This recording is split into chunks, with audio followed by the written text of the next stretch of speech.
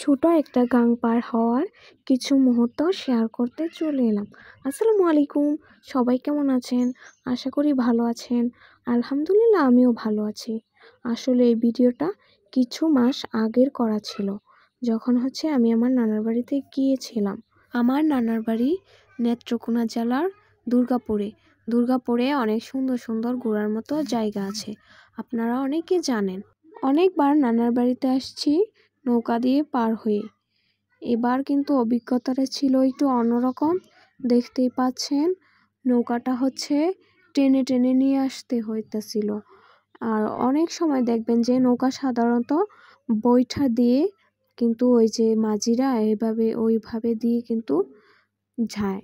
এবার কিন্তু সেরকমটা ছিল না, শুধু একটা নৌকা ছিল, দড়ি ছিল দুই দিকে দুইটা। দড়িটা যেদিকে যাবে সেদিক ঠিকঠাকভাবে টেনে টেনে নিয়ে যেতে হইতেছিল। আবার আসার সময়ও কিন্তু একই অবস্থায় ছিল। ছোট একটা গাং পার হওয়াটা অনেক বেশি ভালো লেগেছিল। এভাবে গাং পার হওয়ার অভিজ্ঞতাটা এবার প্রথম হয়েছিল। আমার নানার বাড়ি অঞ্চলে বর্ষাকালে প্রচুর পরিমাণে পানি হয়।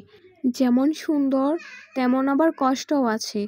যখন পানি হয় তখন কিন্তু ওদের অনেক কষ্ট হয়, পারাপার হওয়া সব মিলিয়ে অনেক বেশি সাফার করে এরা। আমার নানার বাড়ি অঞ্চলে অনেক বেশি ধান এবং সবজি হয়।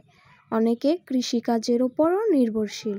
ভিডিওটা কেমন লেগেছে কমেন্টে জানাতে ভুলবেন না। সবাই ভালো থাকেন, সুস্থ থাকেন। আসসালামু আলাইকুম, আল্লাহ হাফেজ।